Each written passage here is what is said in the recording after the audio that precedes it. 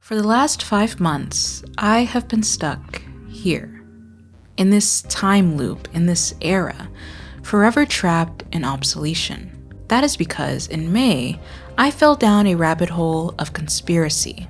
My days became centered around a bygone set of years, only ever progressing towards an inevitable fall-off, that bitter end. Do you remember Larry Stylinson?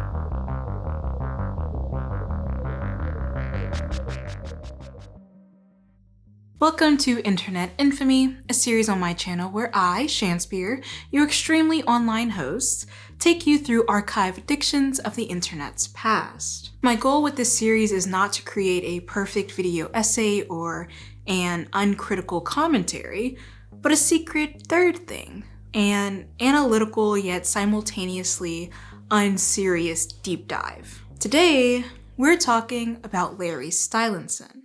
The early 2010s was elite. If you weren't sentient during this time, you really missed out. Not only was the fashion the most eclectic and carefree it'll ever be, and not only did Facebook have a purpose outside of showing you that your relatives lack media literacy, but the 2010s had the best music ever. It wasn't a good middle school dance unless Like a G6 was playing. You and your friends didn't have a good time unless you memorized and performed the dance to VIC's Wobble. We had early Justin Bieber. We had Rihanna and Drake, pre-Kendrick version. Instagram was just getting started and TikTok didn't even exist. The first 5 years of the 2010s were the last great 5 years we would ever have. There was only swag. There was only YOLO. There was only One Direction. Lucky for me, I was a tween in the early 2010s. I experienced the lensless glasses and the mustache craze. But more importantly, I was there for the rise and fall of One Direction. Oh, you don't know who they are? No. Well, Jesus, oh my God. You don't know who One Direction is? Wow. My life revolved around watching leaked security footage of them at the airport. I spent hours watching interviews and music videos. It wasn't nostalgic then. It was just Tuesday. That reminds me. Talking about this era doesn't feel right like this. In these clothes, in this room. Talking about it in the present makes it feel like centuries ago. We have to go back to when everything first went down. This is my tween bedroom. Kind of. This is a memory of my tween bedroom. The place where I returned after seeing Hunger Games in theaters for the first time. The place where I recorded an episode of SmackDown on the DVR because I attended that taping and wanted to show my friends. Obviously, I don't live in my childhood home anymore, but the bedroom where I spent 2010 through 2013 in is etched into my brain. I remember everything.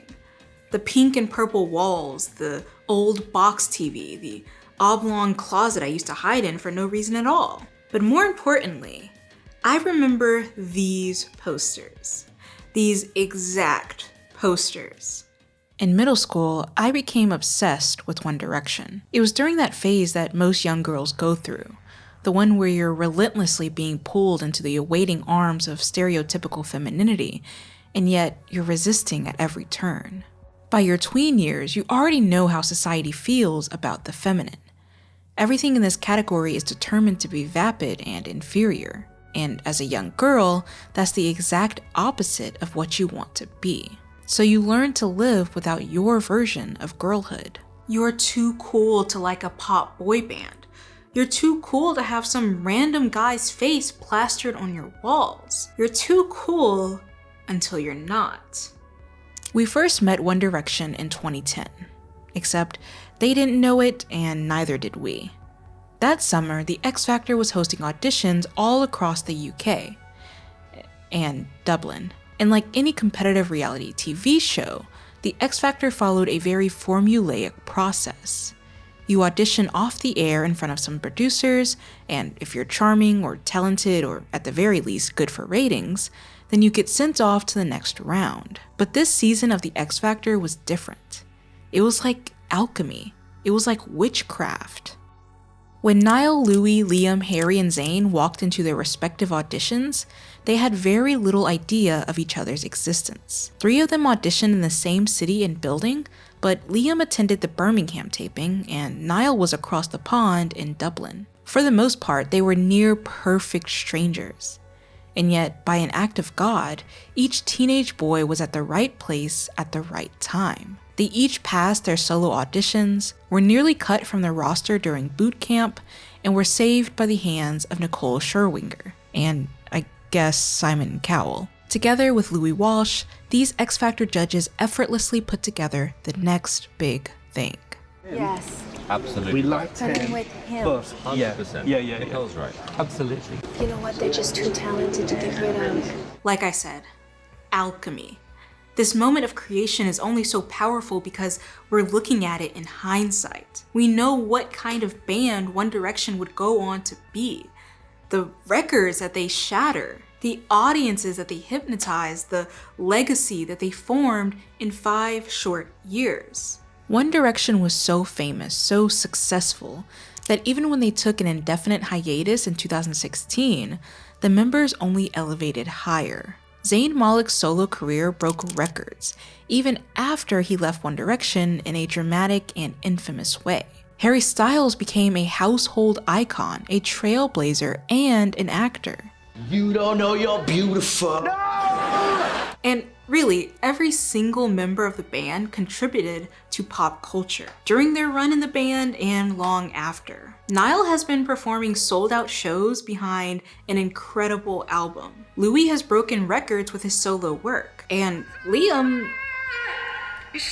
Well, Liam... I hope he's doing well. Genuinely. As famous and as influential One Direction was, their cultural value was only heightened by the fact that their fans were just as renowned, just as iconic as the band itself. When we think of a fan base matching the notoriety of their artist, we usually think of BTS's ARMY, the Beehive, or the Barbs, unfortunately. These 3 communities have gone down in musical history as the most supportive, the most iconic, and the most vocal fandoms of our current age. But once upon a time, this title belonged to Directioners. This fandom did it all. They supported charity, they drove record sales, they brought merch in masse. And when things were left wanting or when things got naughty, Directioners were on the front lines to defend, defame, and destroy every possible threat. I don't want to paint girl fandoms in archaic terms, like referring to them as hysterical or crazy, because I think at the end of the day, the passion involved in such hobbies aren't girl specific. Men and boys are just as vocal, just as sentimental, and just as demonstrative as women and girls. We often demonize one group while tolerating the other. But I was there in the 2010s. I know how Directioners got down. We declared ourselves the next best thing after the FBI. We stalked, we invaded, we threw ourselves over the line of parasociality. One Direction infection, as it was called, was like Beatlemania for people who used polyvore. It was the Super Bowl for people who had taste. But for all the hype and all the highs, there was still a sense of alienation. We were considered weird, we were considered incompetent. But this video isn't about Directioners at large. There's a group of fans within the already infamous one that is even more alienated, even more ridiculed. Larries are a subcategory of One Direction fans who once believed, or still do believe, that Harry Styles and Louis Tomlinson are the lovers. Not only do they believe that, they believe that Harry and Louis, known in the shipping verse as Larry Stylinson, are being forcibly closeted by powerful executives. Basing their theory on mountains of evidence dating back to 2010, Larrys have come to be known as conspiracists. They're shunned by the fandom at large, they're dragged in the media, and they have even been called out by Louis Tomlinson himself. Today's story calls into question the ethics of shipping, the pitfalls of stan culture, and the complexity of desirability. You have no idea what's coming. Conspiracy. It's a word that precedes imagery of fallacious presidents and celebrity hand gestures. You would sooner think of a tower shrouded in smoke before you ever associated the term conspiracy with a boy band. But this is exactly how Larrys are perceived by non-believers. Major news publications have referred to the group as delusional, while popular rhetoric surrounding Larrys invoke imagery of tin hat wearing, X-Files adjacent loons. Even members of the band have criticized the group, with Liam calling them a conspiratorial cult in 2015, and Zayn describing their theories as unfunny and untrue. Larrys have existed since late 2010, and if not, early 2011. What popular opinions about the group tend to overlook is that Larrys are extremely diverse. When we think of a fangirl or a shipper, our bias tends to skew us toward imagining a random adolescent, someone who was given way too much free time on the internet and who participates in parasocial and superficial behavior. Not only is that a prejudiced way to view feminine passion, it's also just inaccurate. When browsing the Larry tag across various social medias or when reading upon their theories, you'll notice a few things. Firstly, Larrys are of varying ages. Some of them claim to be adults with adult jobs, lawyers, PR workers, contract experts, and they lend this so-called knowledge to their research. While Larrys may have started out as a predominantly tween demographic, it's likely that they grew up alongside the band and are now either older Gen Zs or millennials. Secondly, Larrys are diverse in their thoughts and beliefs. Like any well-organized group, they can be split into various subcategories. According to fan lore, a dark Larry refers to a person who secretly ships Larry Stylinson. They're the kind of person who watches cute edits or reads fan fiction, but would never openly admit it. Dark Larrys may or may not be hardcore in their beliefs. And this label doesn't just apply to people in the fandom either. It's a term applied to friends of One Direction, like Nick Grimshaw and Ed Sheeran, and even for members of One Direction themselves. Niall and Liam have both been referred to as Dark Larrys, with Niall especially being known as the captain of the ship. Harry and Louis too are awarded this label. The entire premise of the Larry theory is that Louis and Harry are in a secret relationship and are effectively fighting for their right to romance. By definition, they are the original Dark Larrys. There's also something called a chill Larry, which refers to a person that may believe in the conspiracy, but doesn't participate in theorizing or harassment. A hooey is someone who once believed in Larry, but no longer does, primarily due to Louis' alleged fear of coming out. Next, we have blue greeners, who derive their name from Louis and Harry's associated colors. Blue greeners are like the final bosses of the fandom. They're considered extreme by their more chill counterparts, and they are often accused of taking things too far. A defining trait of blue greeners, according to the internet, is that they believe in and spread debunked conspiracies. And last but not least, we have so-called weak Larrys. These are Larrys who show doubt about the relationship and who may have left the fandom entirely. Because Larrys are so diverse, their beliefs, methodology, platform, and motivations will vary. A chill Larry may not hold the same beliefs or commit the same actions as a blue greener.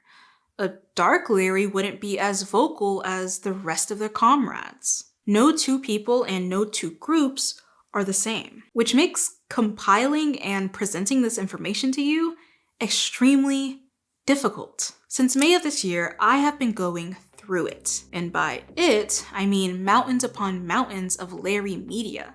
I scrolled through Tumblr archives, I scavenged for original tweets. I watched Larrie Stylinson shipping videos until, briefly, I began to believe.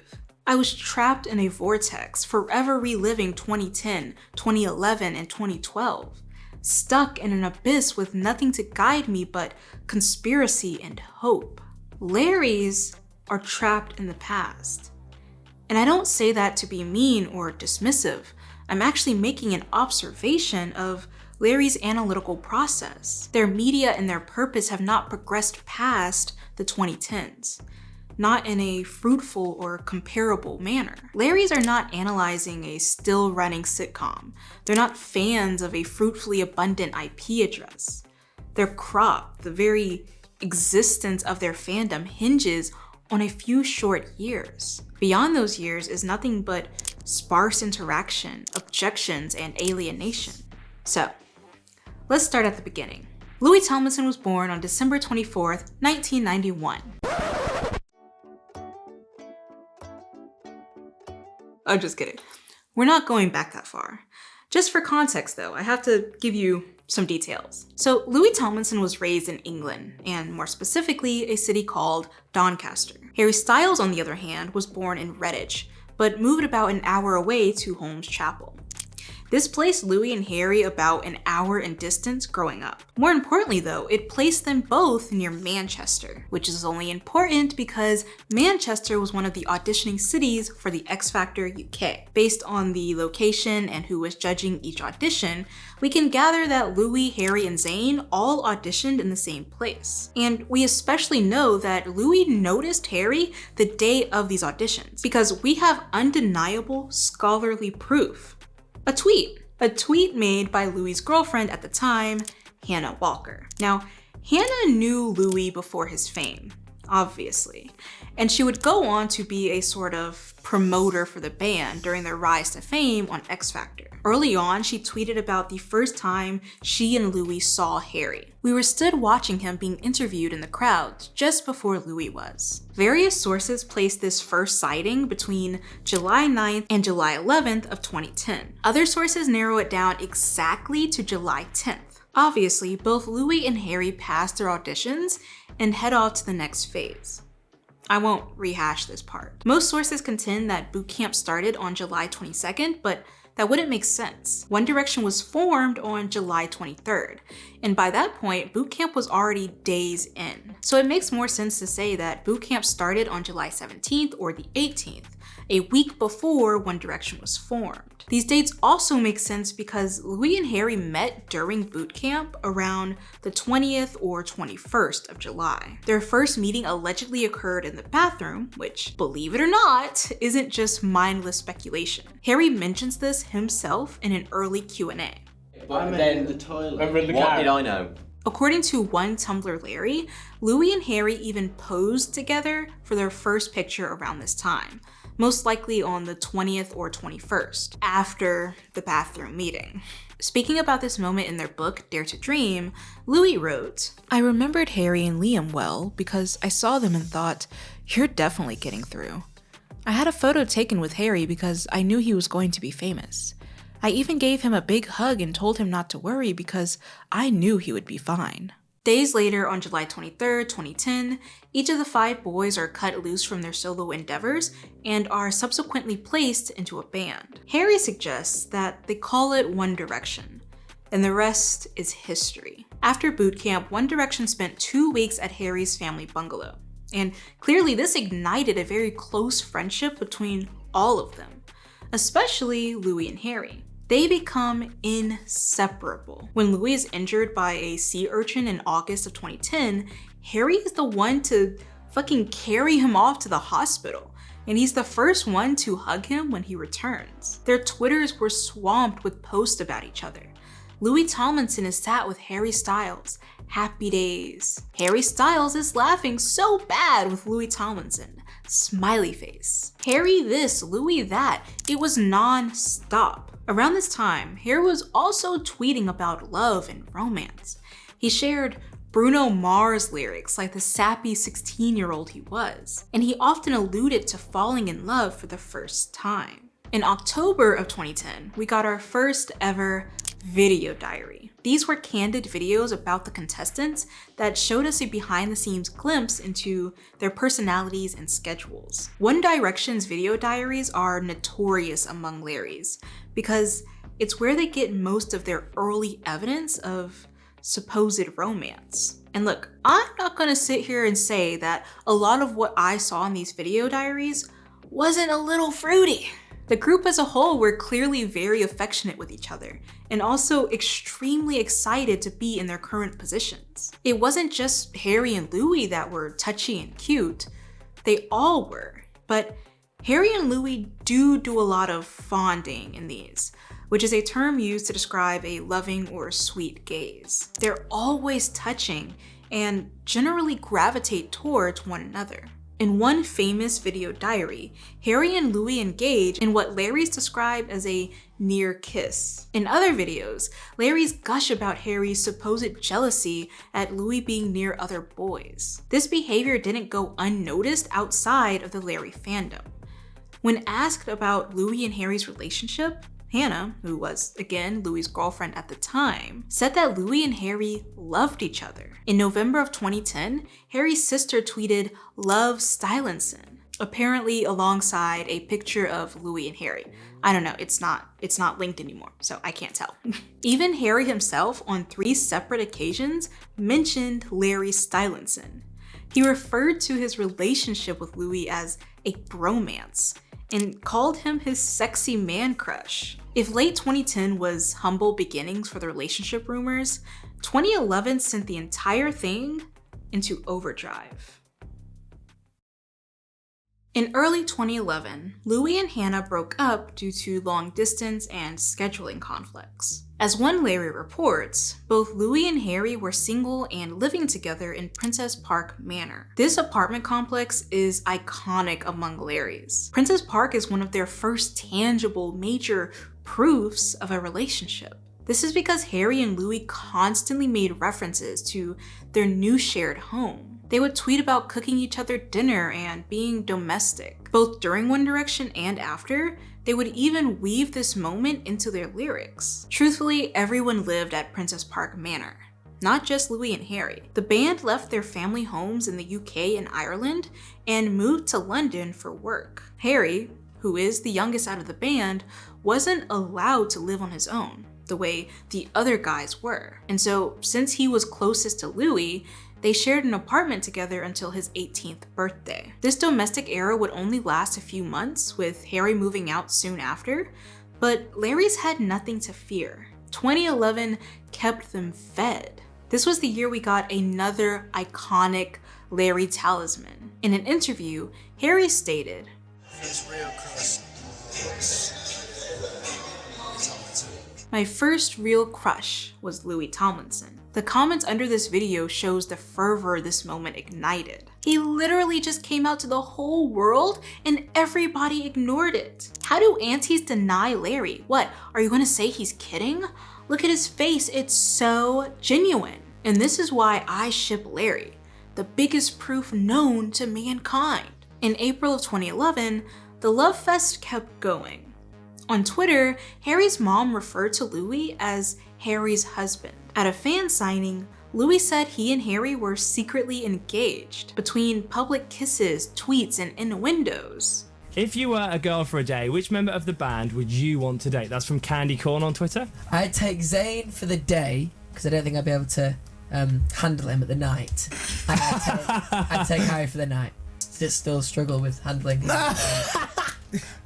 Questions revolving around the status of Larry's relationship dissolved into pure certainty. There was no longer are they or aren't they, but instead, they are. At least for the fans who shipped them. However, a mere 5 months after the husband tweets and 2 days after the innuendo interview, Louis Tomlinson attended the birthday party of his bandmate, Niall Horan. And at his side was a mysterious, beautiful woman. From this moment forward, no one would be the same. Not you, not me, not Harry and Louis. and certainly not the legacy of the Larries.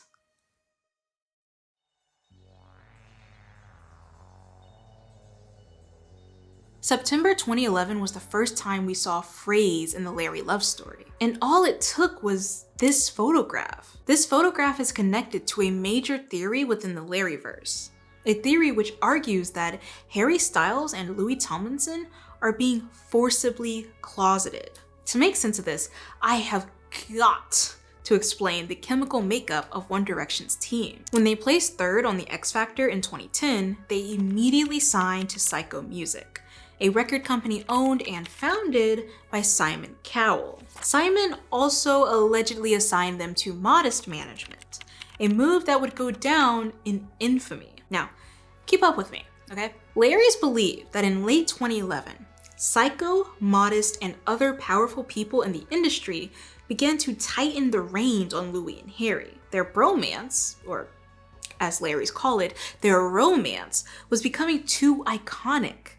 Everyone knew about it. What's worse, everyone wanted to know more. And despite what a grifting influencer might tell you, controversy is not always aligned with bottomless money. So, the theory goes that One Direction's management and record label, who Larry's referred to as 1DHQ, are an alleged group of controlling, greedy, and abusive executives that not only forced Harry and Louis to hide their relationship, but also allegedly overworked One Direction and made slaves out of their other talent. Allegedly, in their opinion. Now, this theory didn't just fall out of thin air. I mean, you saw the material. Louis and Harry clearly had a close relationship. Whether that was romantic or purely platonic, how am I to know? Am I in the room with them? What we do know is that this connection would seemingly vanish in the following years. One minute they're best friends, the next they barely interact. As a Larry, how do you explain this? What else makes sense besides corporate interests? For what it's worth, there is a sort of precedent for this theory. Firstly, One Direction was a massively curated juggernaut.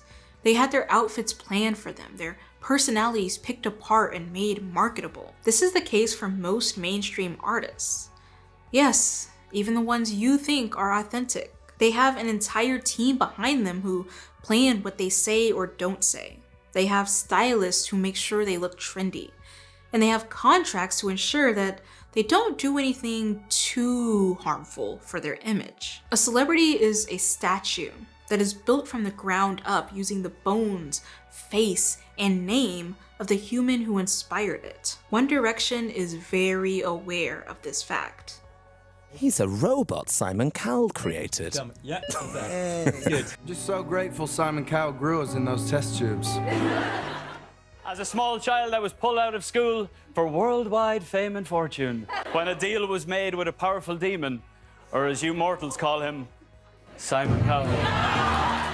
With this in mind, the idea that a management team would purposefully curate the relationships and outward behavior of their client isn't far-fetched, especially when they're already supervising everything else. Secondly, the forced closeting of boy band members alone has a colorful history. Lance Bass, a member of NSYNC, noted that he was afraid to come out during his time in the band because of the strict image his management allegedly had for him. Likewise, Jonathan Knight of New Kids on the Block fame was also forcibly closeted by the industry and, in a grossly ironic manner, was eventually forcibly outed. This is what Larry's believe is happening to Louis and Harry. Over the years, they have argued that 1DHQ has forced not only Larry from admitting their relationship, but also Louis and Harry's family members and friends. Tweets have allegedly disappeared after being posted.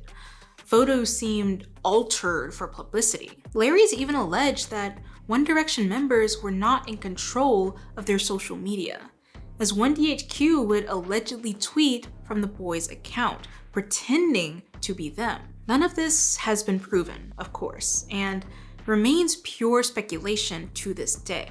But what does this beautiful mystery woman have to do with Larry and their supposed forced closeting? Well, she's not a mystery at all. Her name is Eleanor Calder, and at the time, she was a 19-year-old university student. She was getting her degree in sociology from the University of Manchester, and happened to have a mutual friend between herself and Harry. This was confirmed by Louis in 2012 when he spoke to 17 magazine, stating, "Eleanor was a friend of Harry's. He worked with her friend at a local bakery. One day, Harry met up with his friend, Eleanor came, and we went." Sounds normal enough.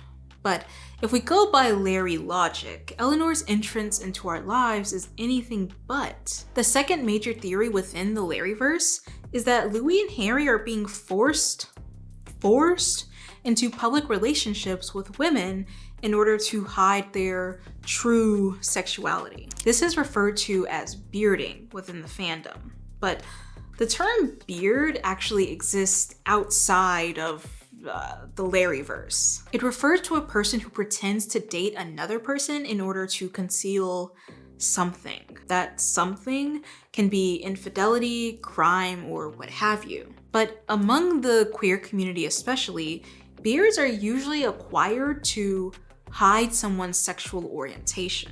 A gay man might date a straight woman, or maybe even a lesbian if both parties seek to protect themselves from discrimination. In the Larrie-verse, however, bearding is done without a couple's consent and is forced upon them by their allegedly predatory management. Therefore, these relationships are more likely to be called publicity stunts, or stunts for short, in order to convey how industry manufactured they are. Since late 2011, both Harry and Louis have been in perceived stunts. For Louis especially, Eleanor has been considered his main beard by the Larrie fandom. As early as the summer of 2012, her Twitter was being flooded with accusations of having a contractual obligation to date Louis. People outwardly called her a beard and criticized her for faking her relationship. There was even a mini conspiracy within the fandom that Eleanor had a twin named Tina who was in on the bearding. The most popular way to devalue Eleanor and Louis' relationship, however, was to compare paparazzi images of them to images of Larrie Stylinson. If Louis wasn't constantly smiling around Eleanor, or if he looked a little zoned out or human, Larrie's would plaster it wherever they could. One anonymous poster once stated, "I really want to like Eleanor, but Louis never looks genuinely happy in photos with her. There's just something about his smile that bothers me." Louis and Eleanor would go on to date from 2011 to 2015. The first time. During these 4 years, they lent some of the most infamous beard moments to the Larrie-verse. Their Olympics kiss, their red carpet photo set, and a bunch of allegedly staged/photoshopped images. But Harry Styles was also dating during this era. In late 2011, he was linked to Caroline Fleck. At the time, Harry was 17 and Caroline 31. Oh, brother, this guy stinks! Why is it that every episode of Internet Infamy features grooming? Like, what's going on here? It's hard to find the exact date of their relationship, but in December of 2011, the Mirror UK published an article calling them an official item. Prior to this, Harry and Caroline met on the X Factor while he and One Direction were contestants. We also know that Harry publicly admitted to having a crush on Caroline. Years later, Caroline would publish an autobiography titled Storm in a C Cup, where she talks about her childhood and her success in the industry. In one part, she talked candidly about her relationship with Harry, writing, "I already knew he had a crush on me. He'd made it pretty obvious. He said it in the magazines and he had said it to friends. At the beginning, it was all very playful. He joked about being attracted to older women. It began to go wrong when Harry was pictured coming out of my house one morning. And once that was out, it was open season. After that, anyone could say anything. In the street, people started shouting at me, pedophile and pervert." In January of 2012, news hit that the couple had separated, with Harry tweeting, "Please know I didn't dump Caroline. This was a mutual decision. She is one of the kindest, sweetest people I know. Please respect that." Harry went on to be linked to a couple of women that year. He was photographed kissing the girl from their Got to Be You music video, and he was infamously spotted with Taylor Swift. Now, you just had to be there for this era. The blogs were hot, the fans were mad, and I was contemplating suicide for the third time. In November of 2012, rumors circulated that Taylor and Harry were dating. She was spotted wearing the same paper plane necklace that Harry had come to be known by. At the time, he was 18 and she was 22. But I'm feeling this close to the edge. A little over a week later, People magazine released an article speculating about their relationship, noting that an onlooker saw Harry and Taylor cozying up while she was rehearsing for a performance on the X Factor. Weeks later, in December, Harry and Taylor were photographed for the first time together.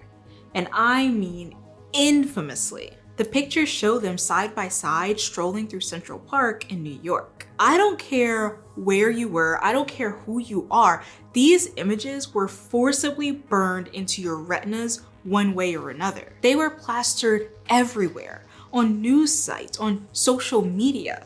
They were so scandalous that Harry himself referenced them in 2017. He told Rolling Stone, "When I see photos from that day, I think relationships are hard, at any age. And adding in that you really don't understand exactly how it works when you're 18, trying to navigate all that stuff didn't make it easier. I mean, you're a little bit awkward to begin with. You're on a date with someone you really like. It should be that simple, right? It was a learning experience for sure. But at the heart of it, I just wanted it to be a normal date." The blowback this relationship received was very ridiculous. And this ridiculousness will become a pattern for Harry Styles' public relationships. Every woman he's associated with, dating or not, is subjected to intense scrutiny and violence. And not just by Larry's. A majority of directioners believed that Haler was a stunt. Not a stunt designed to conceal Larry Stylinson, but a stunt to boost Taylor Swift's street cred. For better or for worse, Taylor and Harry ended things in January of 2013, just days after a very public New Year's kiss. In its wake, the relationship provided numerous artifacts to pop culture. It inspired tracks on the critically acclaimed album 1989. It showed us the dark underbelly of parasocial pining. And it also pushed Larry's into a perpetual state of paranoia. Haler was yet another confirmation to their conspiracy, yet another piece of evidence that Harry and Louis were being forced into hetero-presenting relationships. But Taylor Swift wasn't the only wrench thrown into the wheel of 2012. It's about to get much, much worse. A video this detailed takes time. 5 months to be exact. It also takes intense research and planning. A few years ago, I completed this phase by stuffing everything into one unorganized document. Everything was hard to find and, girl, it was a mess. Then I found out about Milanote, the sponsor of today's video, and I haven't looked back since. Milanote is an organizational tool that you can use for all of your creative projects. It's perfect for visual thinkers like myself because it has a perfect balance of aesthetic and organization. For example, here is the landing page for this Larry video. Very chaotic, very intense, but also perfectly functional. I have a document for my work cited, followed by a separate one for my annotations. This keeps everything clean and easy to find. Next, I separated my research into 4 subboards: Larry's relationship timeline, all of the major conspiracies, and each of the boys' personal lore. Design-wise, I wanted my notes to look like a Tumblr page or a conspiracy board, just so I could immerse myself in the topic. And I was able to do all of that with the help of Milanote's features. Milanote allows you to collect notes, images, videos, tasks, and more, all in one place. And it's really simple to do. All it takes is a drag, a drop, and voila. You're one step closer to filling your board with red string and a list of suspects. My favorite part about Milanote is their link feature. For this video, like most of my videos, I had to watch a lot of footage and also read a lot of Tumblr posts. Before Milanote, I would have to paste these links in a never-ending document. That led to chaos because I had to guess which link was which based on the website address. With Milanote's link feature, I can simply paste the link directly to my board, and it allows me to see a preview of each link so I can see exactly what I'm clicking on. While Milanote is great for solo creatives, it also works wonders for groups. You can easily invite your team to leave comments, give feedback, and interact with your boards. So what are you waiting for? Milanote is available for free with no time limit. Make sure to sign up using the link in my description and start your next creative project today. Thank you to Milanote for sponsoring this video. Now let's get back to the chaos.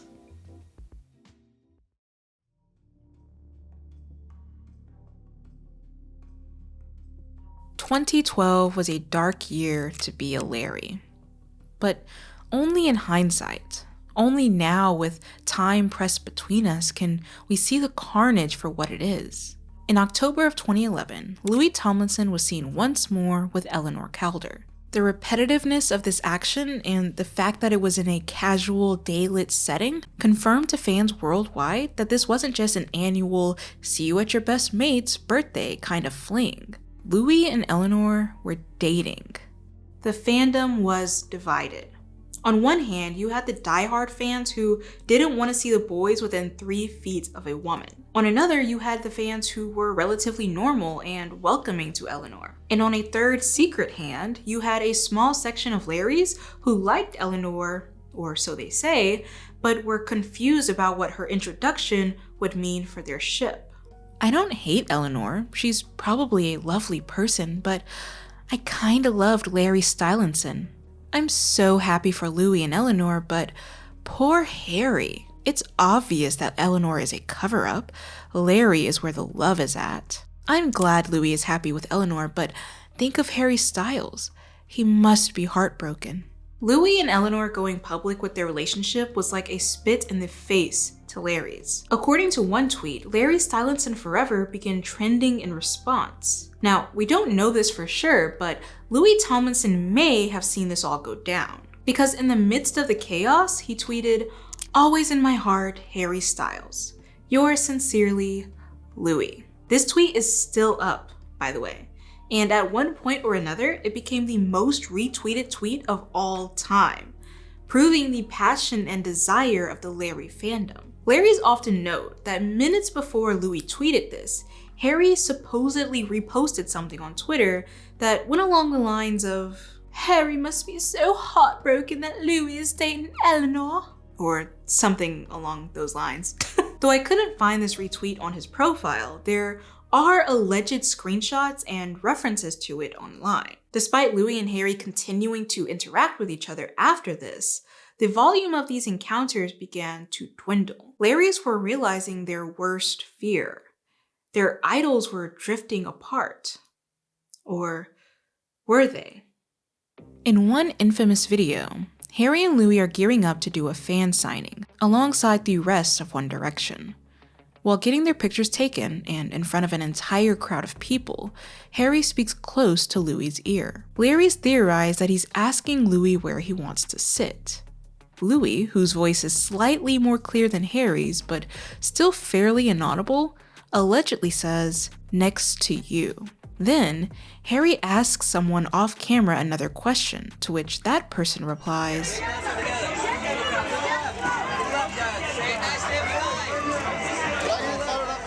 There's a lot of talking and a lot of camera clicking occurring, but Larrys believe that this person told Harry, "You can't sit together."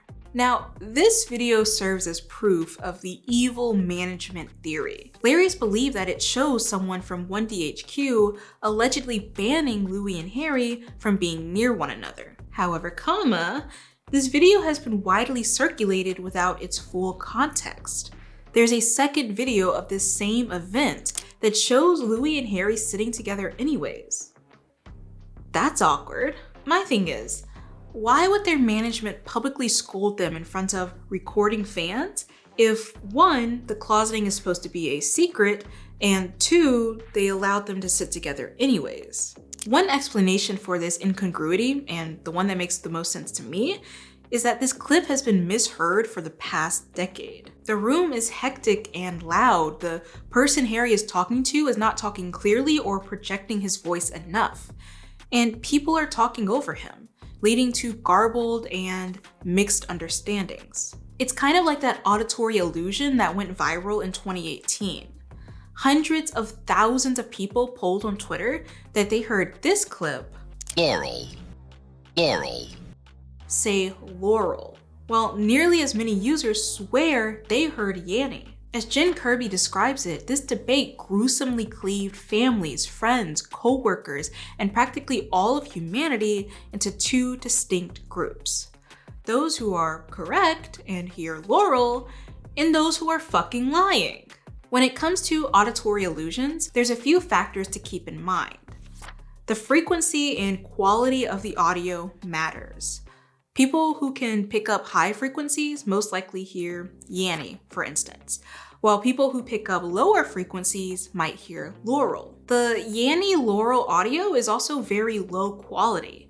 It's a recording of a recording done in a noisy room. It's practically deep fried. The same applies to the Larry fan signing video. The quality of the audio is poor and the distortion leads to lower comprehension. In the midst of this auditory confusion, our brains try to compensate by filling in the blanks with ideas that already match our biases. So people who are told that this video shows someone from 1DHQ telling Harry Styles that he can't sit with Louis Tomlinson will hear that exact statement, despite the distortion and ambiguity. And someone who already believes that management is forcibly closeting Larry Stylinson will hear the same, because it just confirms their biases. It's entirely likely that instead of saying, "you can't sit together," someone is telling One Direction to get closer together, because at that very moment, they're taking a group photo. But the low quality of the audio still lends itself to a million other possibilities. A comment underneath this video suggests that Harry is actually asking the man which cards to use, and the man potentially responds, "you can pass them together." All of these various phrases sound similar to each other, and can easily get misheard and reconstructed by whoever is listening. Whether it was "you can't sit together" or something else extremely mundane, this interaction became infamous in the Larrie-verse. It's one of the first things people point to as clear, direct proof of 1DHQ's alleged control. And yet, despite the fist of their management raining down upon their skulls, Harry and Louis remained publicly close for some of 2012. There's interviews where Harry and Louis giggle amongst themselves, and footage where Harry touches Louis' arm. These little moments are proof amongst Larrys that Harry and Louis still loved each other. At a 2012 signing, a fan captured this footage. "Are you and Louis dating? Are you all?" For a moment, Harry looks a bit struck, and then he nods, but the expression on his face doesn't look affectionate or infatuated.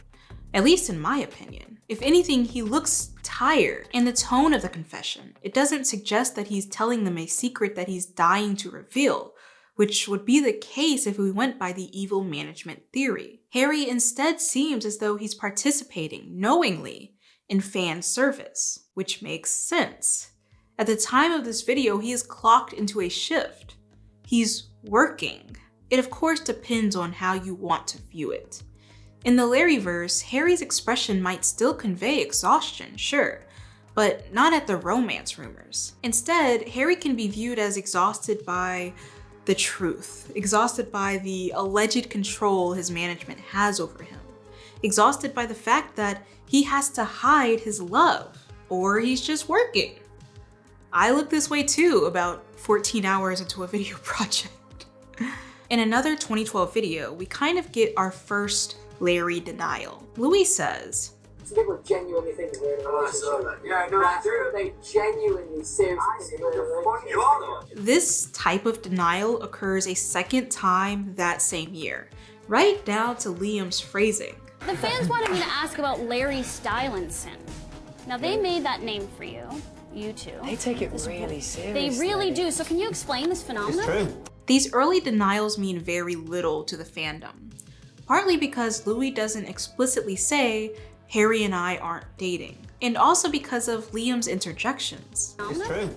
A common theory within the Larrie-verse is that Louis and Harry's close friends apparently out them a lot, especially members within the band like Niall and Liam. Louis' denial is rejected because Larry's believe that their friends, and Liam, are incapable of feeding the lie. Liam is seen as this noble truth teller, while Louis is forced to lie about his sexuality. My thing is, though, if Larry Stylinson was real, and Louis and Harry were being forcibly closeted, and their management punished them every time they Larried too close to the sun, why on earth would their friends and family and Liam put them in that position?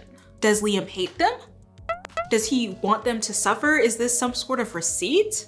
Louis was wild. Louis was wild, and he wanted to be wild, and that's his spirit. And also, he's my best mate now, but in the band, we hated each other. And furthermore, doesn't the evil management theory assert that Louis, Harry, and all of their close loved ones are forced to hide Larry? Doesn't Liam fall under that category? And wouldn't he get punished for outing Larry or stirring the gay Larry pot? If you argue that Liam is indeed not beholden to the same contractual obligations as Larry Stylinson are, then in that case, how do we explain his anti-Larry stance as of late? If he truly believes that Larry is real and he's able to openly state it, why does he instead call the fandom cultists?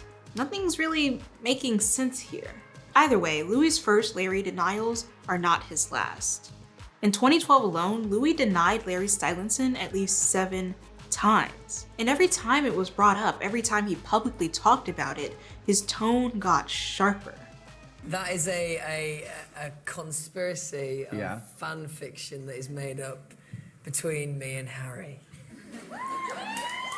What started as an amusing anecdote that he shared in interviews became a dreaded point of conversation. In September of 2012, he tweeted, "Still months on reading conspiracy theories. It's upsetting that I have to read them daily." This tweet was met with derision from Larry shippers, who considered him a hypocrite. How could he get mad at Larry shippers if he refused to unequivocally deny the rumors? One Larry account in particular caught Louis' attention. And girl, it was the crash out of the century. How's this? Larry is the biggest load of bullshit I have ever heard. I'm happy. Why can't you accept that? The backlash this Larry account received was so bad that they alluded to harming themselves and then, I think for a moment, briefly deactivating their account. Rumors circulated that they did indeed take their life, with other Larrys blaming Louis and 1DHQ. Spoiler alert, the person behind this account at the time did not pass away, as far as I know. They ended up returning to Twitter in 2015 to declare their everlasting belief in Larry Stylinson. Obviously, these digital and verbal rejections of the Larry conspiracy did little to quell it.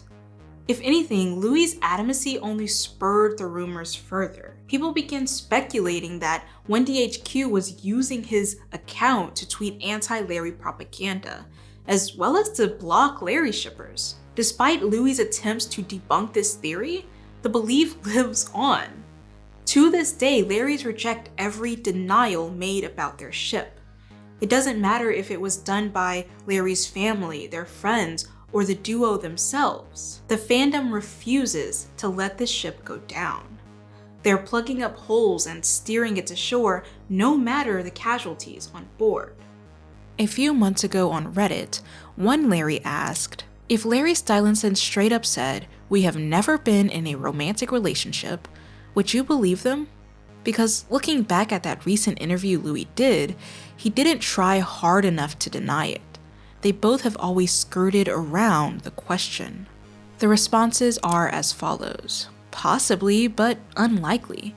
It would have to be worded bluntly. No recordings where they can have multiple takes or editors changing whatever they wanted, and definitely not writing, where who knows who is actually the one saying it. The evidence is just so overwhelming that I honestly don't think anything would ever make me lose my belief that they either were or are together. I would have believed it if they did that 12 years ago, But after all these years of rumors, ridiculous fake denials, people outing them, their close ones shipping them, I just can't. I can't believe that Larry is not real. In a similar post, another Reddit Larry stated, "At this point, not even a serious denial will stop me, because I expected that years ago. After 14 years of proof and fake denials, I need both a serious denial and a non-Larry explanation for every Larry proof. I need Harry and Louis to look each other in the eyes and say that they were never together, and I need Niall to be there with the camera close to his face." Now why am I in it? And you could have did it. See how I get wrong because you never apologized. This stance is very interesting to me because, like I said before, Larrys have a very sophisticated form of research and analysis. They dig deep into whatever they're doing and look at every layer possible. And yet, when it comes to Louis's word, when it comes to his denials, they say it's not thorough enough. They're so good at reading between the lines, and yet these are the lines that they refuse to read between. They want Louis to say explicitly, "I am not in a relationship with Harry Styles." But he kind of already has done that multiple times across the years. Armed with their talisman, their cognitive dissonance, and desire, Larrys move towards hope. They have no other choice. No matter the rejection, no matter the ferocity in Louis's tone or the evasion in Harry's answers, Larrys are forever convinced of Larry Stylinson. It's Larry forever. It's Larry or nothing. And the reason they're able to retain such hope in the face of adversity is because they designed it that way. Their theories, their beliefs, everything in the Larrie-verse is fireproof. And that is because Larrys believe that Louis and Harry have been sending them signals, clues, if you will. These signals reassure the fandom that Louis and Harry are still in a happy relationship, despite their forced closeting and separation. They also serve as warnings to the fandom of any upcoming stunts. Do you think they know that we know that they are together and that's why they keep giving us clues? The reality is, Harry will look one way to the general public, but those who know, know. And I'd like to think that his secret messages are for those who know. I'm swaying back and forth every day. Am I delusional? Are they Larry baiting? Are they sending signals? The only thing I know is that we don't know. Sigh. The biggest Larry proof of all is that Harry and Louis keep accidentally doing things to fuel the rumors. If they weren't in a relationship and they wanted people to just shut up and they wanted to stop their rumors, they would stop doing Larry-ish things. As tin hat as it sounds, these signals are important to the fandom because post-2012, there has been very little Larry interaction. Fans have had to get creative in order to keep the ship alive. They want to believe that Louis and Harry are sending them signals because it's the only remaining proof they have of romance. These alleged signals can be found in the tattoos Louis and Harry have gotten over the years, a pair of rainbow teddy bears at their shows, and even a real-life baby.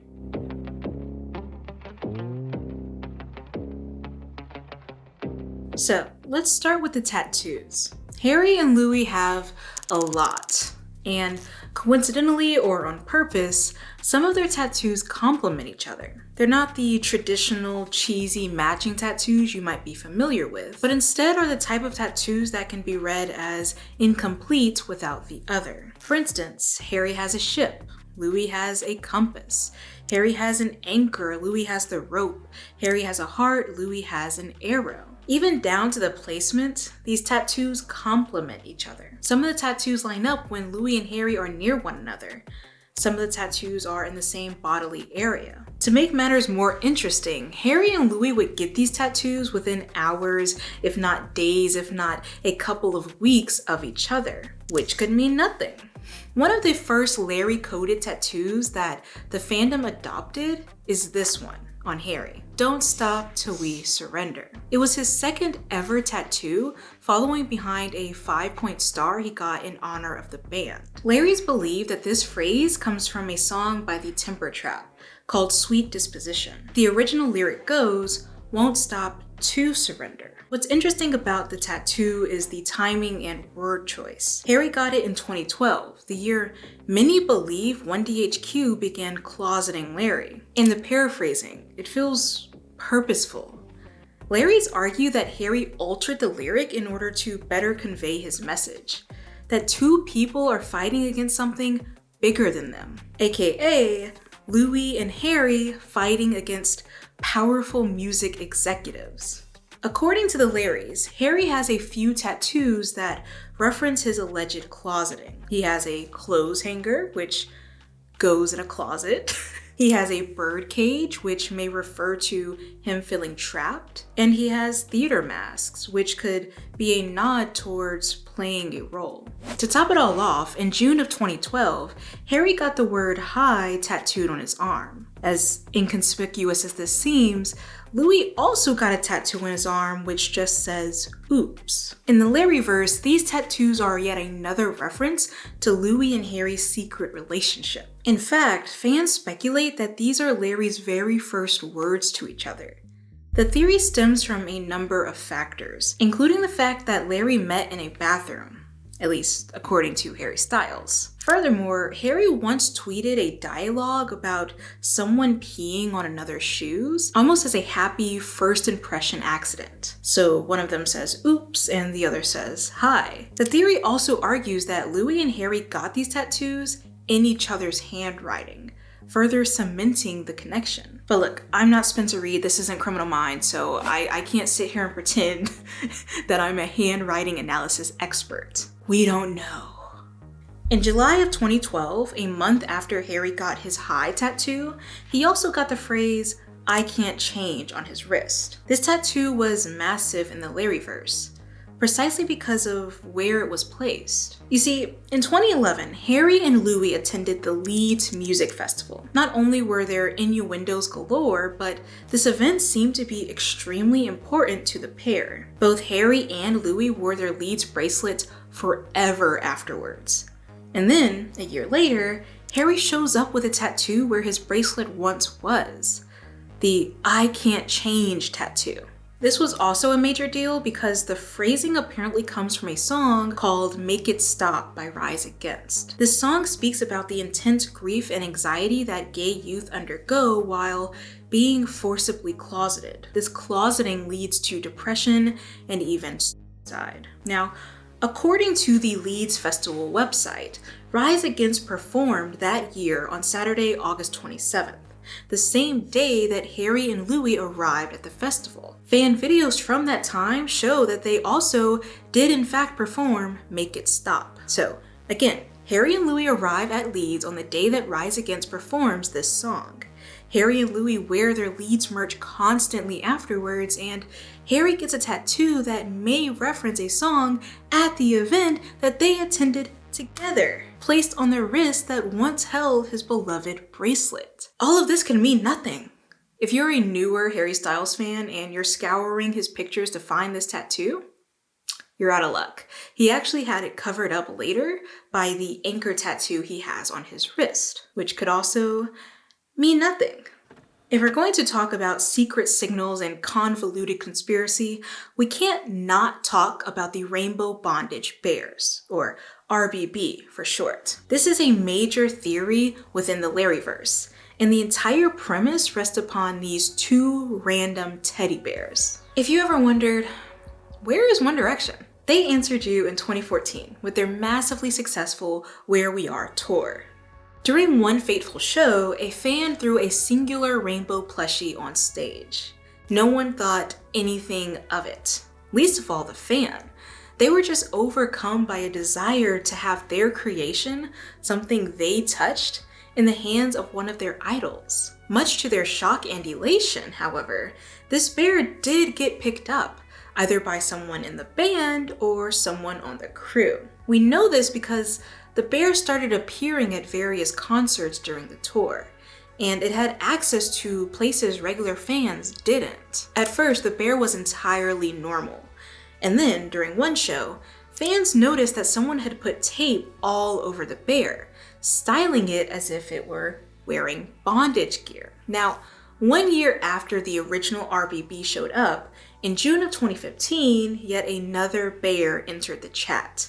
It was smaller, earning it the nickname Sugar Baby Bear, or SBB, and it would often be placed next to RBB on tour. You might be wondering, what does any of this have to do with Larry? Well, the events surrounding these two bears were odd.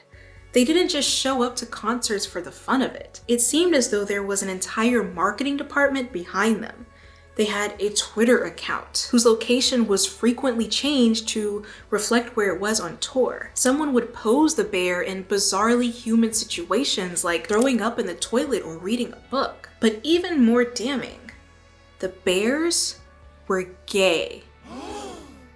More specifically, the bears were used to reference queer culture. RBB's Twitter icon was Freddie Mercury. It was once dressed up as the drag queen Divine, and the bears would constantly reference Judy Garland and Betty Davis, two apparent queer icons. Most damning, though, was RBB's relation to Larry. On September 24th, 2015, both RBB and SBB were wearing wedding attire. Next to them was a picture of Larry Grayson, an English TV personality who was constantly questioned about his sexuality. This picture of Larry next to these gay bears who were dressed in wedding attire was signed Love Larry. That's suspicious. Yeah, that's fine. That's weird. You see the vision, don't you? For obvious reasons, this had the Larrie-verse in shambles. I mean, September 24th is a mere 4 days from a very important event in the fandom, September 28th. Larry's believe that Louis and Harry got married on September 28th, 2013. And they came to this conclusion based off of a number of often debunked factors, including tweets. So why would these bears be dressed in such a manner so close to an iconic date? It could mean nothing. On a separate occasion, in August of 2014, RBB showed up at a Philadelphia show wearing a tag on its stomach. The tag read, "Love Zayn Levine Stylinson." Now, Zayn refers to Zayn and Liam's ship name, and Stylinson obviously refers to Louis and Harry. This seems big, right? If this bear is owned by someone in the band, most likely Harry or Louis, then this tag would be one of those signals that Larry's are talking about. It would be a declaration of love. But in truth, this had nothing to do with Larry. A Tumblr user by the name of Zayn Levine Stylinson came forward and stated that it was their note on RBB. They had passed it to a sound tech guy during the opening act, and the sound tech guy did them a favor by placing it on the bear. But still, who the fuck owned these gay bears? That has been the question on everyone's minds from day one. And we never really got an answer. It could have been a crew member who found all of this hilarious and decided to fuck with the Larries. It could have been a band member having a laugh at Louis and Harry's and Larry's expense. It could have even allegedly been Louis and Harry themselves. I have my theories, but let's break this down. The first major suspect is Josh Devine. Josh was the live drummer for One Direction on their tours and was particularly close to Niall. He was in attendance on the Where We Are tour, the Bears' first stint, and again on the On the Road Again tour, where the Bears eventually wound up. Josh also had a habit of posting pictures with RBB. He posed with them in an empty arena and again during drumming practice. Seems incriminating. The only issue is, Josh and those associated with him swear that he had nothing to do with the bear. He even tweeted after a show, "Just for the record, I am not in control of anything to do with that bear." So if Josh wasn't the culprit, then who was? Some Larry speculate that a random crew member owned the bear. Perhaps the crew heard about Larrie Stylinson and wanted to have some fun with it. But that implies that Larrie is consequential to random people who don't know Louis and Harry. It also implies that a crew member would risk their job by feeding a conspiracy theory that, at that point, had already been made public enemy number one by Louis. I just don't see someone caring that much about having fun at the fans' expense. Some Larrys speculate that 1DHQ was behind the bears, using them as engagement or Larry bait. Via fan lore, an anonymous user stated in 2021, RBB was so clearly staged by management. Larry wasn't even mentioned until some fans asked if it was to do with Larry, and then Larry was heavily implied with baiting. And this then kept the big fandoms involved, as One Direction was becoming old news. But this theory wouldn't make sense because it sits in conflict with another major theory. The theory that argues Louis and Harry are banned from showing their love and that 1DHQ is forcibly closeting them. Why would 1DHQ Larry bait while simultaneously fighting tooth and nail to hide Larry's relationship? Most people within the fandom believe that the bears were actually owned by Louis and Harry themselves. Under this theory, the bears were yet another secret signal for those in the know. Fans could use the bears to decipher messages of love, romance, and even Larry's mood. Blue and green stickers would reappear many times on or near the bears. Some stickers were smiling and some were frowning. And some Larrys read the expressions as a sign from Harry and Louis about their current mood and situation. The bears also have a pesky habit of sharing items with Larrie Stylinson. RBB has Louis' taste in beer and Harry's taste in expensive watches.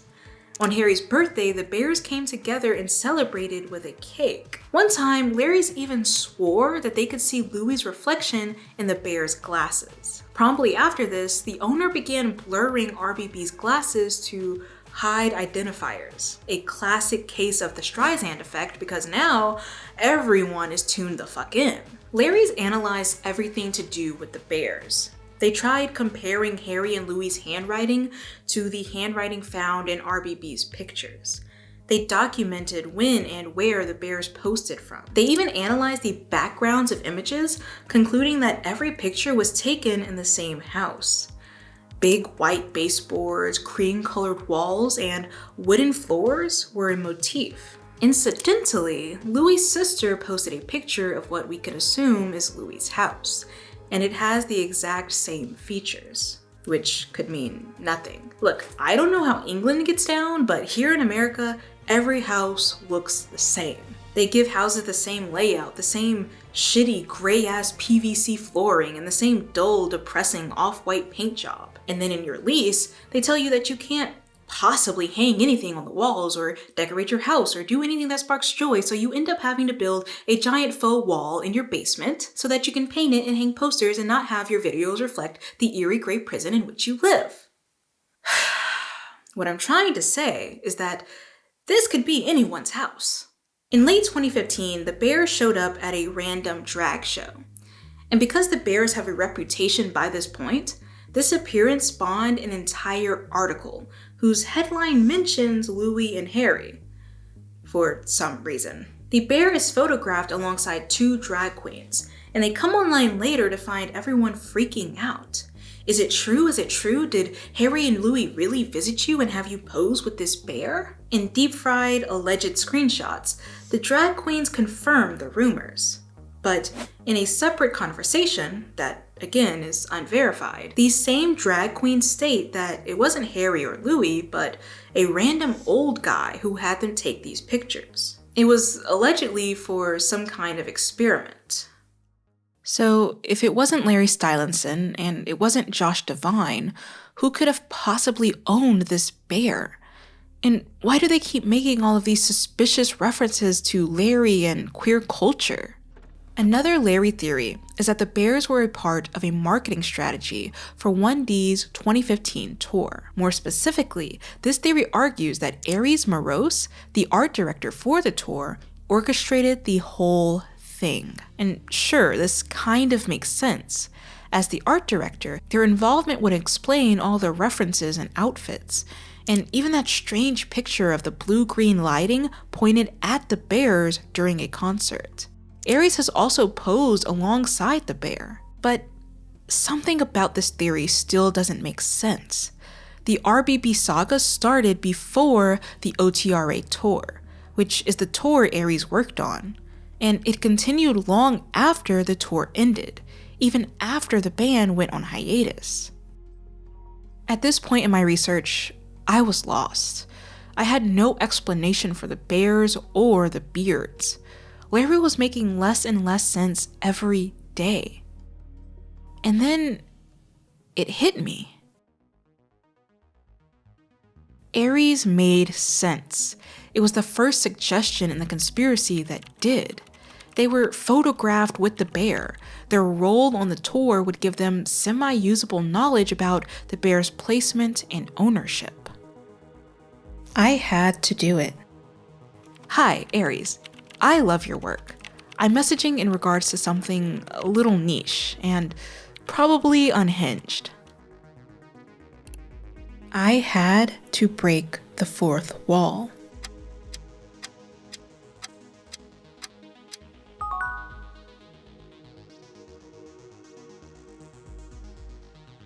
Hey Shania, what a funny message.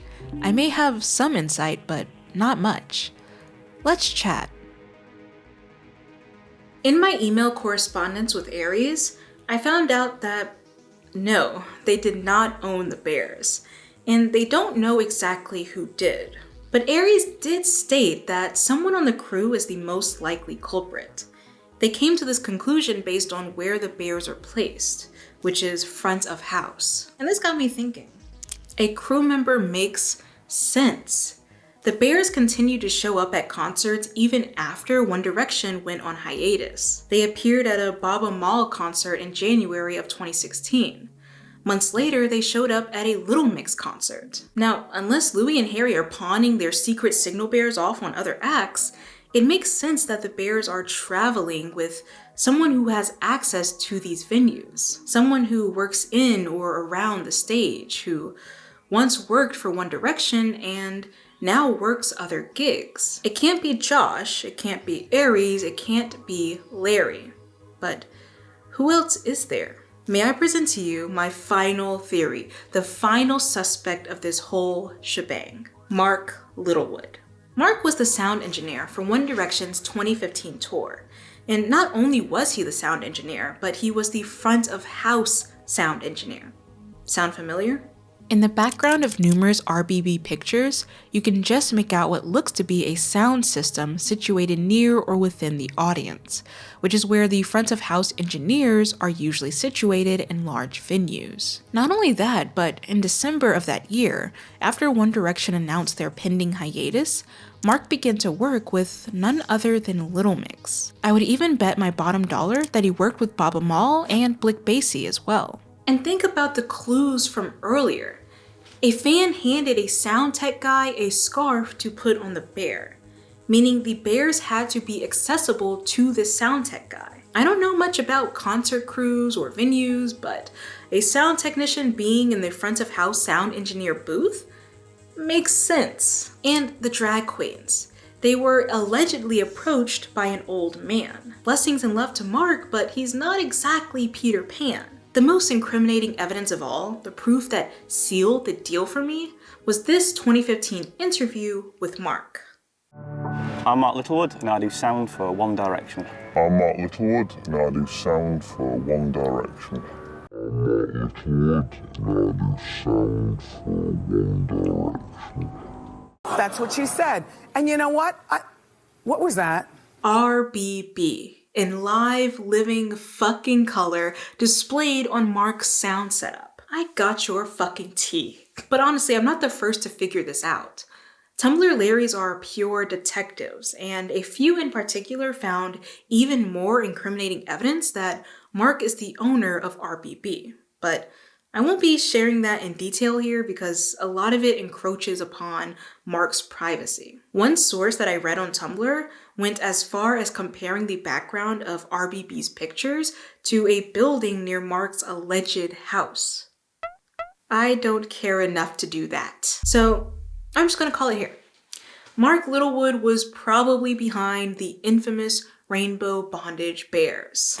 The references to Larry were probably not references at all, but things that happened coincidentally or things that were read through a biased lens, such as the vague, unrewarding nature of Conspiracy. The end of the rainbow bondage arc brings us to late 2015. But something else major happened that year, a few months prior. Remember how I told you earlier about Louis Tomlinson and his girlfriend, Eleanor Calder? I vaguely mentioned that they dated from 2011 to 2015. But girl, it was a lot messier than that. In November of 2014, Louis tweeted out yet another Larry denial, stating, "I am in fact straight," followed quickly by another tweet that read, "Fucking ridiculous, I even have to tweet that shit." 4 months later, on March 21st, 2015, it was announced that Louis and Eleanor broke up. This would be the first breakup in a very long, on-again, off-again relationship.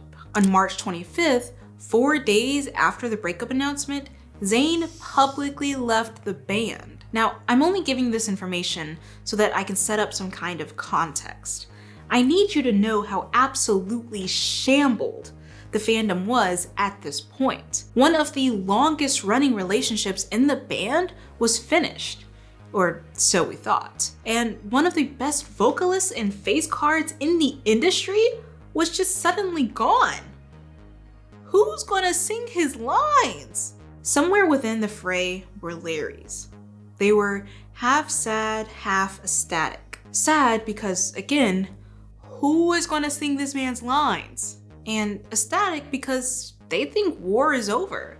Louis is no longer being forced into his bearding contract and now he's free to live his truth. Larry's believed that Louis and Harry were one step closer to coming out, but that's not what happened. Like, at all. For this next theory to make sense, I'm going to have to explain One Direction's alleged marketing to you. Up until 2015, Louis had only ever been linked to 2 relationships. His pre-fame relationship with Hannah Walker and his mid to rising fame relationship with Eleanor Calder. Now, who Louis dates is Louis' business. I'm more interested in how his relationships impact his public persona.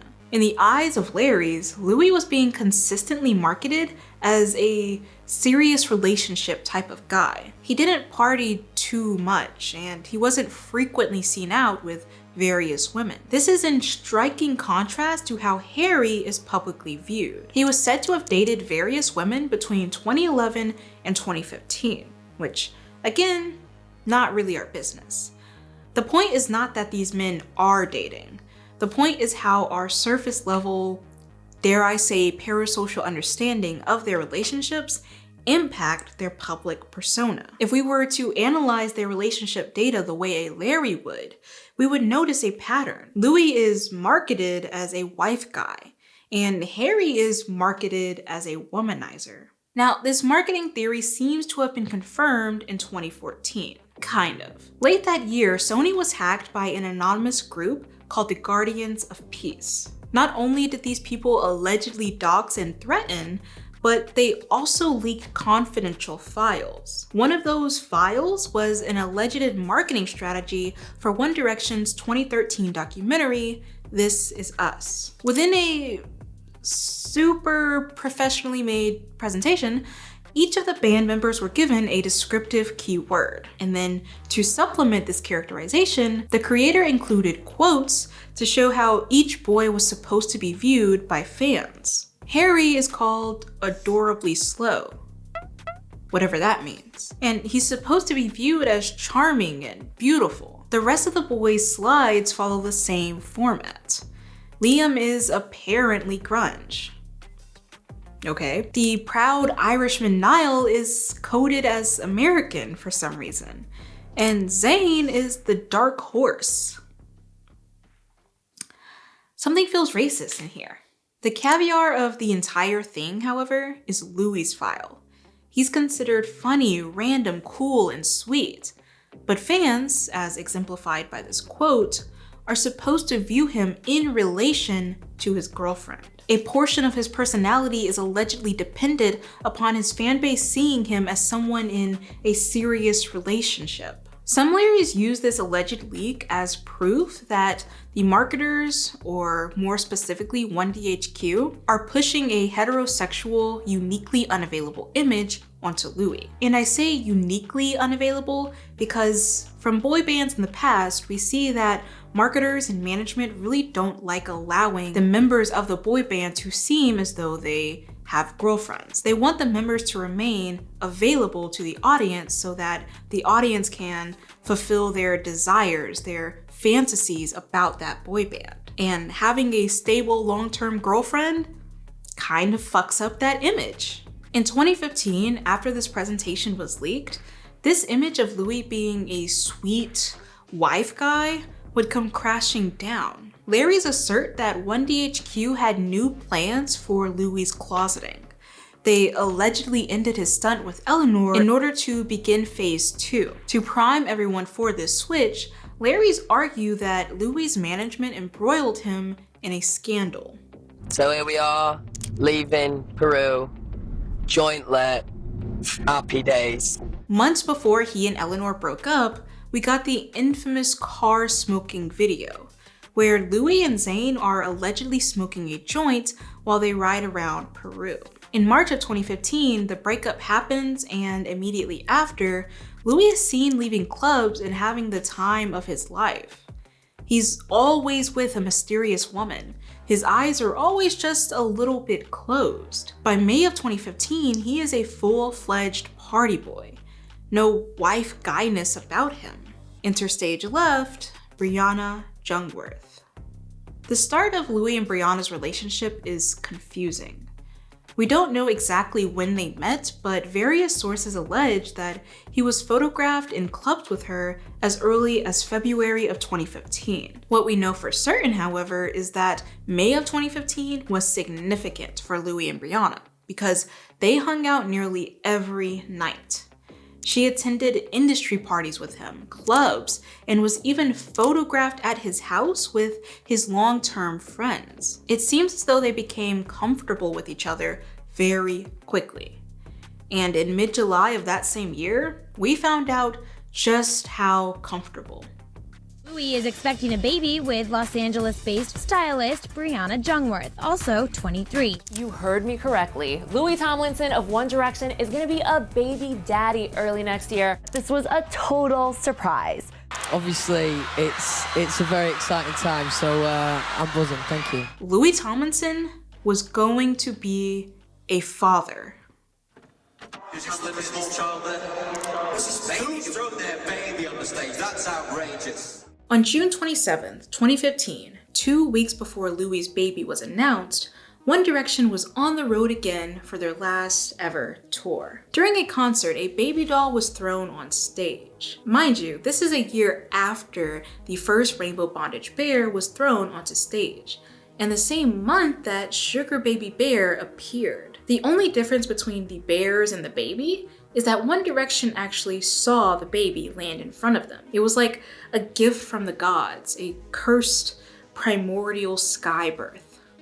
Who's small child there? Who's thrown their baby on the stage? That's outrageous. It's not real. Oh no! It's a fake baby. It was fake. It's not real. It's not a real baby. This could mean nothing. But once news of Louis' baby hit the headlines weeks later, some Larrys returned to this moment with suspicion. Perhaps this was yet another signal sent to them by Larry Stylinson. Perhaps Louis was telling them that the baby wasn't real. The baby on stage and the baby in his life. In hindsight, this small banter during a concert cracked open a larger conspiracy. Perhaps the most controversial in all of the Larrie-verse. Larrys have named this conspiracy Babygate, fashioned after the infamous Watergate scandal of the 1970s. And this theory alleges that Louis is not a father, because there's no baby. 1DHQ arguably orchestrated an entire pregnancy as a stunt in order to further separate Louis and Harry. Now, this video of Louis on stage punting a baby doll is not the only piece of evidence. It's not even the most important key piece. Larry's arrived at their conclusions based on a number of factors, including who was involved in the operation, the baby photos that were released, and even Brianna's changing body. Let's break this down. August 7th, 2015. This was the first time Brianna was spotted since news of her pregnancy surfaced. For obvious reasons, this appearance had a lot riding on it. Brianna was having a baby with boy band royalty. Everyone was waiting with bated breath. Fans were frothing at the mouth, eager for some kind of proof. Proof of pregnancy and proof that their lives were soon to change. As one Tumblr Larry wrote of the occasion, "We are watching and waiting to see how they will show that this woman is indeed pregnant." But these pictures of Brianna did little to ease the tension. Whereas the media referred to her baby bump as burgeoning, Larry's weren't convinced. They began to deconstruct these images, pondering the placement of shadows, criticizing Brianna's chosen outfit. They argued that she didn't look pregnant at all, let alone 3 months in. These pictures are not a confirmation to me. Sorry, nice trick. No baby bump. It's a game of angles. As time went on, the speculation only mounted. For the majority of her public pregnancy, Brianna's belly was picked apart. It was either too flat, too low, too big, too sudden, or not sudden enough. On Halloween of that year, photos circulated of Brianna in her costume, an all-black ensemble with a purple wig. Some Larrys argued that her bump was completely non-existent in these pictures. When Brianna was papped days later, the bump was miraculously there again. Larrys thought that Brianna was carrying around a fake belly and taking it off at her convenience. They couldn't believe that there was a real child in there. These rumors only reached a fever pitch in December. During a holiday dinner, Brianna posted and deleted a video of her family. Soon after, pictures from that same event surfaced online. Based on the outfits, hair, and present members, it's clear that they were all taken the same day. The image features Brianna sitting amongst her family. She's again wearing black, her arms are either in front of or slightly around her stomach, and her posture is a little curved. Juxtaposed with another image Brianna posted of herself from that day, Larry's argued that her bump was once more shape-shifting. Where's the huge 8-month belly? It should be protruding in front of her. It's not the black dress. It's not the angle. She has no bump. When Larry's weren't accusing her of shoving a football up her sweater, they argued that she was photoshopping pictures of her bump and stealing pictures from other pregnant women. Now, this is where things get a little tricky, or trickier. Despite 2015 being fairly recent, a lot of the posts and events that happened are kind of muddy. Some of the pictures that made it onto everyone's conspiracy board are rumored to be fake. Some fans outside of the Larrie-verse argue that Brianna never posted them, her family never posted them, and that people within the Larry fandom are spreading misinformation. Irregardless, there are some pictures that we know for certain are Brianna. At least, we know for a fact that she posted them. These images rarely show her face. In her Christmas photos, her hair falls in front of her, partially obscuring her face. Weeks after, her mom posted pictures of just Brianna's legs and stomach. Other photos follow this same trend. There's one photo that shows both Brianna and her bump, which she posted months after giving birth, as a sort of TBT. But Larry's accuse her of photoshopping this image. Their evidence? Well, Brianna states that in this picture, she's 3 months along, which would be around the same time we got these paparazzi pictures. Since Larry's already believed Brianna's bump wasn't protruding enough in these images, they have a hard time believing that this image was real. How could she be flat one day and bumped up the next? Excuse me, And then came the accusations of using fake pictures. In alleged screenshots, members of Brianna's family are shown messaging popular One Direction blogs with pictures of Brianna, or so they claim. These pictures usually depicted blonde women with varying bump sizes. Their face was usually covered or conveniently cropped. very similar to the kind of images Brianna herself posted to social media. In other alleged screenshots, we see this member of Brianna's family posting pregnancy updates. "Brianna just sent this to me," one post reads. "I'm so excited for this little one." As it turns out, the pictures that this family member was allegedly posting were pictures from an influencer named Amber Fillerup. She was pregnant before or around the same time as Brianna. Now, I keep using the word alleged here, not just because I don't want to get sued, and trust me, I don't want to get sued, but because the validity of these screenshots, just like the validity of a lot of the pictures associated with Brianna and her family, is very unstable. People outside of the Larrie-verse argue that some Larrys photoshopped and circulated fake images to further their narrative, which I can't confirm or deny. But what I can say is that from my experience as a directioner back in the day, I do remember misinformation circulating within the fandom. People would fake emails and fake tweets saying that they were official, and especially that they proved Larry's closeting. No sources, no credibility, just vibes. If these screenshots are real and Brianna's cousin or whoever this is did post fake pictures, that's weird. But it's also likely that this has nothing to do with Brianna. Brianna has posted her own photos, which were never proven to be someone else's. Either way, real or fake, these screenshots added fuel to the fire. Some Larrys were convinced by this point that a conspiracy was underfoot. Freddie Rain Tomlinson was born on January 21st, 2016. Hours earlier, Louis was papped walking around Los Angeles. He ducked into a sunglasses hut, browsed the inventory, and reportedly left without buying anything. On his wrist was a hospital bracelet. I mean, this was madness. Larrys believed that Louis staged a shopping spree just so paparazzi could get a glimpse of his bracelet, therefore confirming the birth of his child. They also had a bone to pick with Freddie's name. Louis announced it on his Instagram, leading Larrys to believe that it was yet another signal. You know how that baby doll was thrown onto stage a couple of weeks before Brianna's pregnancy was announced? And it sort of aligned with the throwing of the gay rainbow bears? Well, some Larrys argue that Freddie's name is a direct reference to RBB, and therefore a reference to Larry Stylinson's forced closeting. One outfit that RBB wore was a Freddie Mercury outfit, as in Freddie Mercury from Queen. Queen, Rain, a bit interesting. Not to be dramatic, but I wanna die. This bitch. A bit interesting.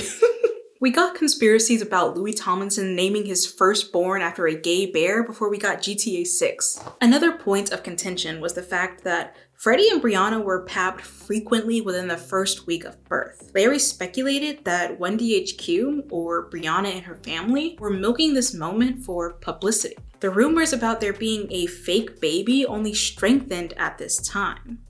Despite leaving the hospital with a postpartum body, despite there being numerous pictures of Brianna, Louis, Freddie, and Brianna's family in the hospital, despite there even being a birth certificate, Larrys believe that there is no baby. Brianna was criticized for wearing dresses and heels after giving birth, with fans arguing that real new moms couldn't possibly dress that way. There was also speculation that Brianna was carrying an empty car seat around since she was briefly seen holding it with one hand, an allegedly impossible occurrence. Freddie's baby pictures were broken down and analyzed.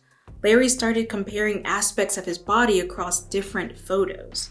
They argued that his ears kept changing shape and structure, that he wasn't actually Freddie, but a series of different babies, or worse, a reborn doll. When Louis posted a portrait photo holding Freddie, Larry's went even wilder, asserting that the pictures were doctored. They cited the placement of Louis's freckles, the apparent disappearance of his tattoos. Everything from the exposure to the body language to the fact that Louis isn't wearing a shirt pointed to conspiracy. It has been 8 years since Freddie Tomlinson was born. And Babygate has existed for the entirety of those 8 years. It probably will exist into his adulthood. The one thing that has changed is the chemical makeup of the theory. The idea that Freddy was a reborn doll or was a bunch of different babies Frankenstein together fell away once he aged. People now believe that Freddy is a real child, but they don't believe that Louis nor even Brianna are his parents. There's only one question. Whose goddamn white baby is that? The most popular theory about Freddy's parentage involves Brianna's family. More specifically, some Larrys believe that Freddy is the biological child of Brett and Tammy. Tammy is Brianna's mom, while Brett is her stepdad. This specific theory argues that Freddy looks too similar to what's supposed to be his grandma and grandpa, which would make sense for Tammy since she's related to Brianna by blood, but it wouldn't make sense for Brett, the stepdad. What's more is the fact that Freddy apparently bears a striking resemblance to Austin, who is the young son of Tammy and Brett. Instead of Austin being Freddy's uncle, some Larrys assert that he's actually Freddy's older brother. But this theory majorly depends on subjectivity. If you believe that Freddy looks like Brett, then sure. But Freddy doesn't look like Brett at all to me. Yeah, he kind of looks like Austin, but that might be because Austin looks like his mom, Tammy. As controversial as it sounds, perhaps Freddy looks so much like his family because he's related to them. No, it's true. It's true. And he looks like Louis not because there's some odd, strange conspiracy or because his family is editing his pictures to look more like him, but because Freddy is related to Louis. Mind-blowing. Mind-blowing. Like, I've been trying to present all of these theories to you without debunking them or giving my opinion because I want you to experience it through the lens of the Larrie-verse. I want you to think what they think, see what they see, feel what they feel. But Babygate is possibly the least believable theory in the entire conspiracy. Maybe more so because it's gone on for so long. It might have been more believable at the start when we had very little evidence and all the time in the world, but after all these years, doubt is heavy. Not just with me, but with ex-Larrys and even current Larrys who reject this theory altogether. To some within the fandom, Babygate and all of its surrounding theories make sense. It explains away tough details, it lends credence to the oddly cropped pregnancy photos and the apparently missing baby bump, and the fact that Louis Tomlinson, who they believe is in a monogamous relationship with Harry Styles, has a kid with someone else. The conflicted state that Larrys have been living in was never stronger than it was with Babygate. It challenged everything. It made them question everything. It made them defensive. With every turn, Larrys were told that their ideal couple was and always has been a figment of their imagination. All the touches, all the longing looks of the past were exactly that. Dead, gone, and buried. They had nothing but their hope, nothing but their cognitive dissonance, nothing but their denials. This is not Louis' fault. He was forced into it by management. I remember every single thing he did to ensure that we knew it was fake. If that kid grows up and gets mad about the conspiracies about him, I truly will not have any empathy. That kid shouldn't exist. The circumstances surrounding his birth were clearly concocted for closeting and money. But what if we're wrong?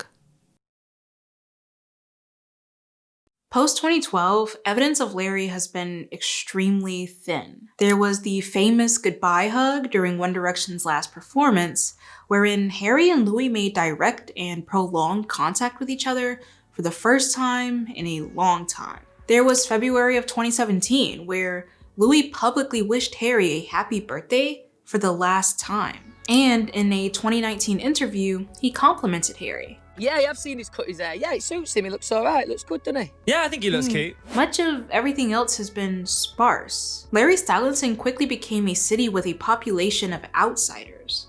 The beings that spawned the town deserted it, leaving behind the townsfolk who worshipped them. Everything that remains, every piece of evidence, is merely speculative. And a bit tin hat, honestly. Larry's listened closely to videos posted by Louis' family trying to find evidence of Harry. People try to track Larry's whereabouts to see if they're in the same country. Images and rumors and theories rule the land. Even in 2024, there was one vague picture that Larry swear proves that Louis and Harry were in the same room. But again, nothing is concrete. With this vague and incomplete evidence, which rests atop years of denials, some have theorized that the era of Larry is over. Either they were once dating, forcibly closeted, and ended on bad terms, or they never dated at all. Regardless, Harry and Louis' relationship is clearly not the same as it once was. Beginning in 2013, they tweeted less about each other, hung out less, touched less, spoke of one another less. Despite the extravagant theories and speculation, Larry's distance is one aspect that we don't actually have to wonder about. In 2017, Louis spoke to The Sun about his relationship with Harry after years of overexposure and speculation. It created this atmosphere between the two of us where everyone was looking into everything we did. It took away the vibe you get off anyone.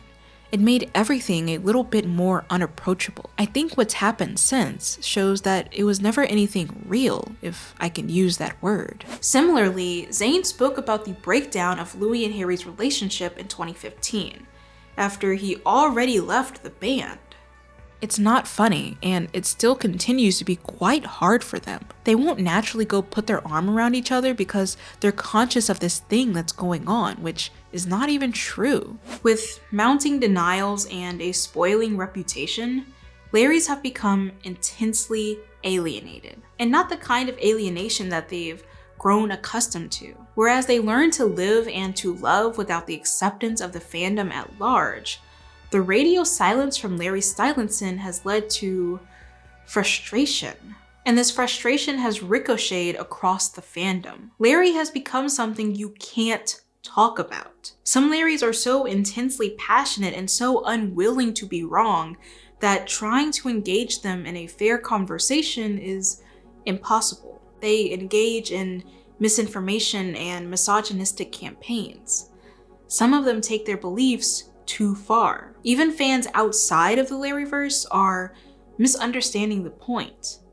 They use every opportunity to talk down to the fandom and dish out blame. They call Larrys freaks and weirdos, not realizing that insulting them is not going to make them listen. The media at large has also participated, calling Larry's a cult. Day in and day out, the fandom is accused of breaking up a relationship and ruining lives. What started out as a recognition of cuteness and perhaps even a hope of romance has turned into something unbelievably dark. But also, this decade-long shipping war has revealed to us a nuanced performance of fandom, parasociality, desire, and conspiracy.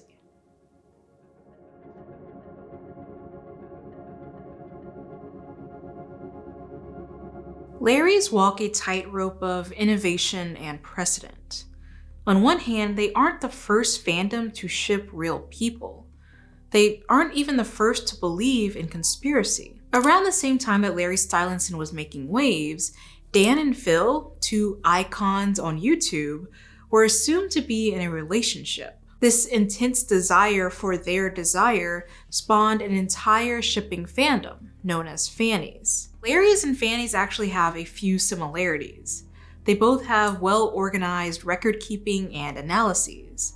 They primarily operate on Tumblr and YouTube, and their entire purpose centers around shipping two men who, for all intents and purposes, are publicly viewed as platonic. Well, maybe not Dan and Phil anymore, but at one point, it was a little bit more vague. Larrys and Fannies also relate to another conspiring fandom, Gaylor. Gaylor is a conspiracy which argues that Taylor Swift is hiding her alleged queerness and is being forced into a public heterosexual lifestyle. Her true partner in the eyes of some Gaylors is none other than Karlie Kloss, Taylor's ex-best friend. Each of these fandoms are similar to one another, but also kind of rare. They challenge traditional and perhaps heteronormative expectations of femme fandoms. Hannah McCann and Claire Southerton argue that Larries exist alongside and separate from traditional fangirls.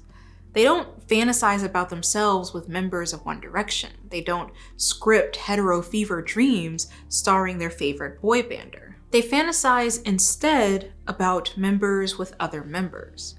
Harry with Louis. The Larry Stylinson tag on Tumblr features fanfiction starring the pair, manipulated images of them together with captions that dream about their supposed marriage.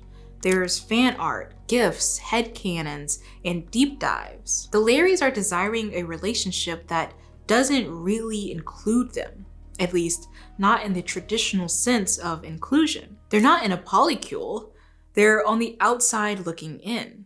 And interestingly, that's enough for them. McCann and Southerton argue that the purpose of being a Larry isn't traditional desire. They're scavengers, analyzers, near perfect English majors. I noticed while researching that Larrys and I are participating in very similar behavior. We're collecting information, analyzing it, and presenting it in a structured format to the masses. It isn't unlike what I did in college. It isn't unlike what your favorite video essayists do on this platform. Larrys treat Louis and Harry's interactions and conspiracies as original sources that they can then annotate. In fact, they participate in something called queer reading, wherein they attempt to reveal and normalize the idea of queer intimacy where everyone else forbids it. As Eve Sedgwick suggests, the purpose of queer reading is to make invisible possibilities and desires visible, to make the tacit things explicit, to smuggle queer representation in where it must be smuggled, and to challenge queer eradicating impulses frontally where they are to be so challenged. It means identifying the queer in text where queering, queer themes, or queer desires would otherwise be difficult to see. This queer reading of Larry is done as a way to challenge heteronormativity, but it's also done for comfort, for representation, and radical existence. While it's certainly true that a portion of Larrys are heterosexual women, a lot of them are also queer. McCann and Southerton interviewed a few Larry shippers for their study, and the answers provided by these Larrys revealed to me a nagging question that I have had from the beginning. Why do you continue to ship Louis and Harry? Who is shipping for, and what is the end goal? What is at stake? One Larry answered, "I come from a conservative family. My country has not yet acknowledged the LGBT community. We are forced to believe that we are nothing but straight. I can share my feelings with my friends in the Larry fandom and they won't judge me. Maybe that's why Harry and Louis' coming out is so important to me."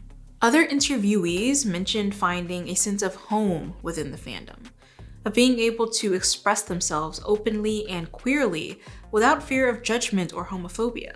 As McCann and Southerton argue, the function of Larry's queer reading is survival.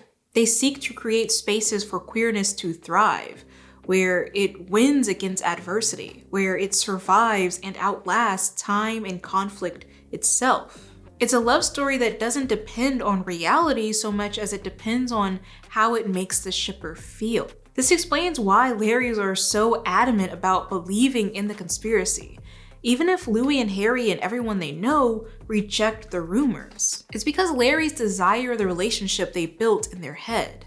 They desire desire itself. Larry Stylinson has become less about Louis and Harry and more about the interior life of the shipper. It's a safe space to be queer, and quite frankly, it's a goddamn good love story.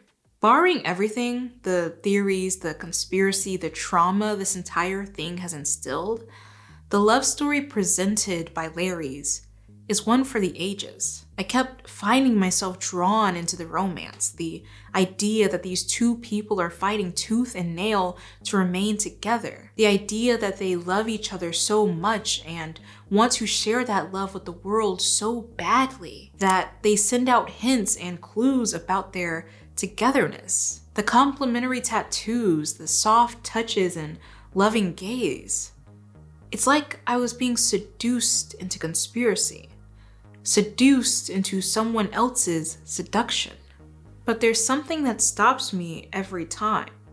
As beautiful and as romantic the Larrie conspiracy seems, it's also a double-edged sword. On one hand, it's very true that we as a society don't take queer men seriously.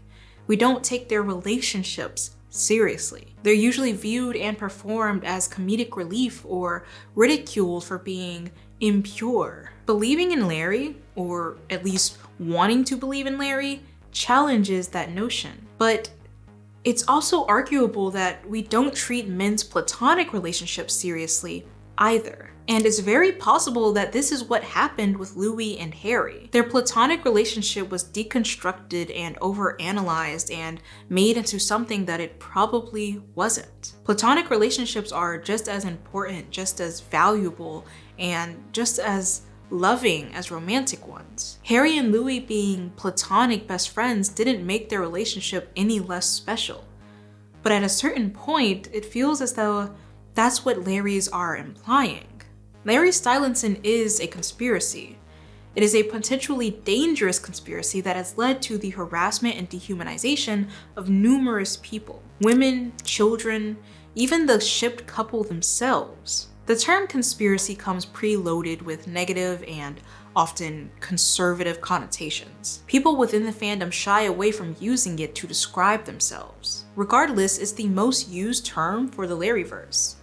There's a reason why people outside of the fandom have dubbed Larries the tin hats of shipping. The media has compared them to QAnon and climate change deniers. And while I don't want to believe that Larries are on that kind of timing, I have to make it clear that what they are participating in is by definition a conspiracy. Karen M. Douglas et al. Defined conspiracy theories as explanations for important events that involve secret plots by powerful and malevolent groups. In this case, 1DHQ is the powerful and malevolent group.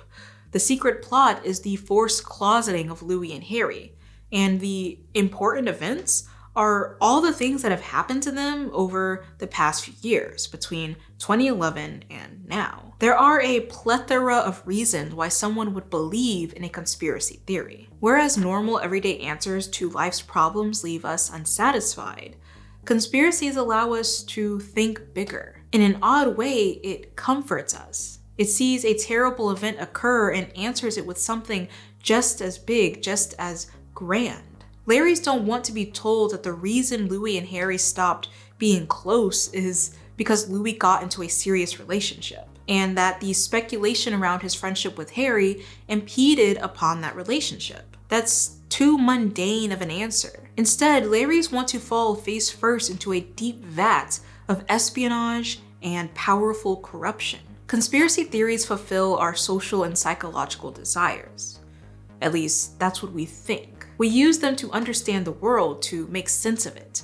We use them to regain control over our lives, which we feel has been taken from under us. But the way in which a conspiracy theorist operates, the way the community dulls you, is not as helpful as you may think. Something that I've noticed while browsing Larrie forums is that a lot of them are distinctly paranoid.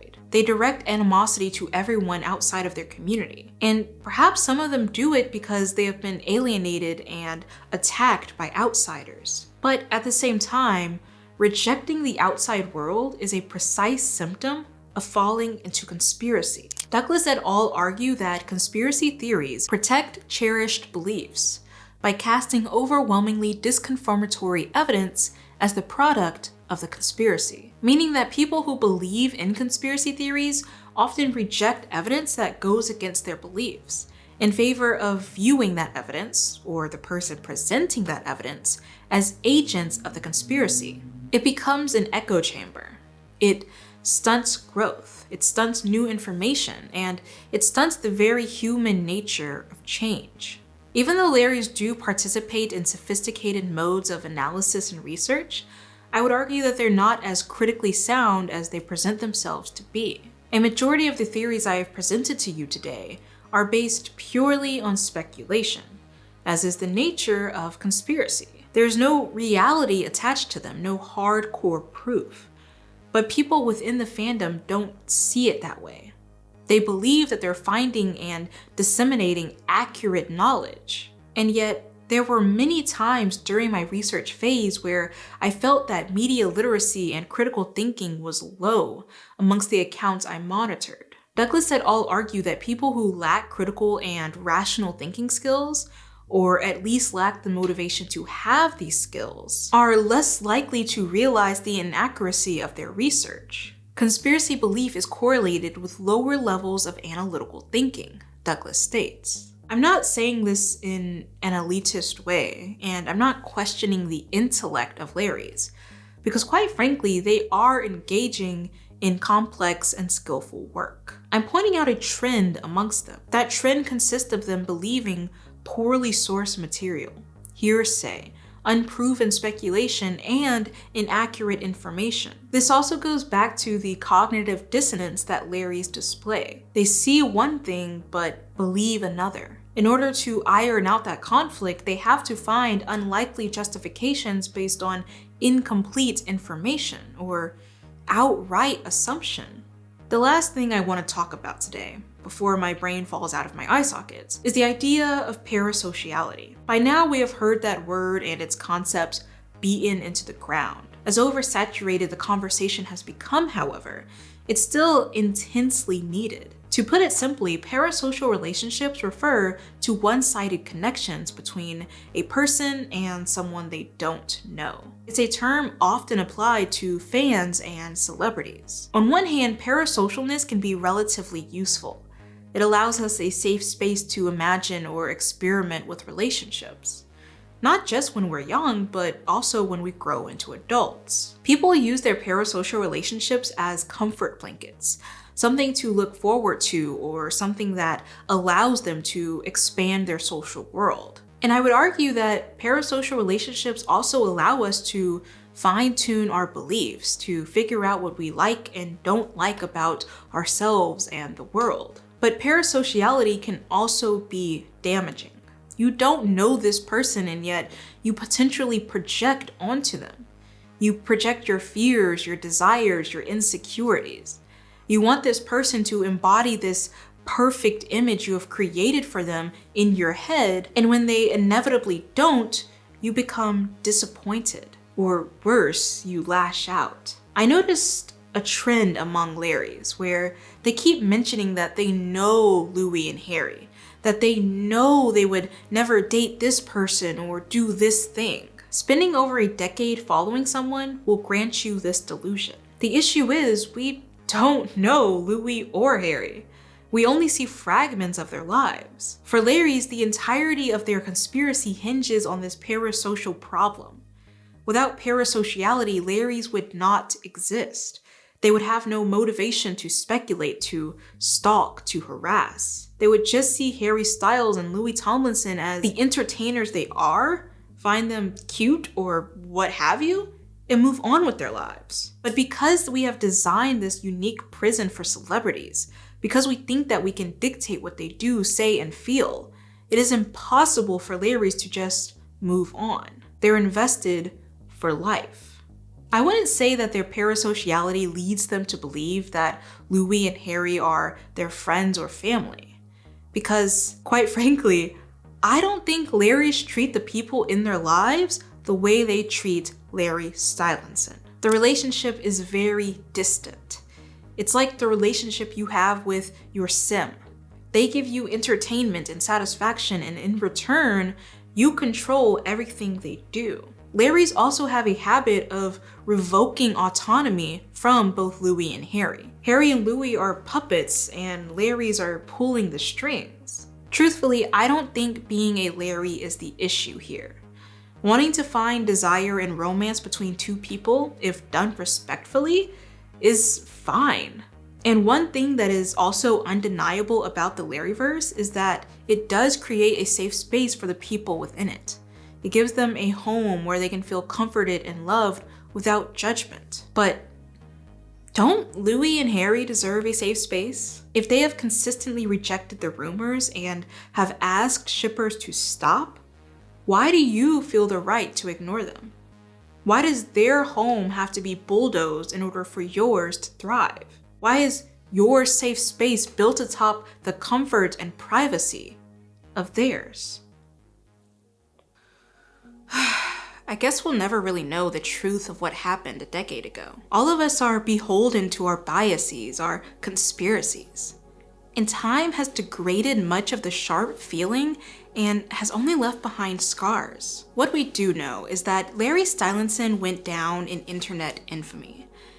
And all that we're left with, years removed from the soft touches and declarations of love in 2011, are the sobering words of today. In 2022, Harry Styles talked to Better Homes and Garden about his time growing up in the spotlight. He mentioned the terror of having scarce privacy and the anxiety that arrested him when his personal life was speculated about in public arenas. Most pertinent, perhaps, to this video, and the quote I'll leave you with to mull over, is this point about his sexuality. I have been really open about it with my friends, but that's my personal experience. It's mine. The whole point of where we should be heading, which is toward accepting everybody and being more open, is that it doesn't matter. And it's about not having to label everything, not having to clarify what boxes you're checking.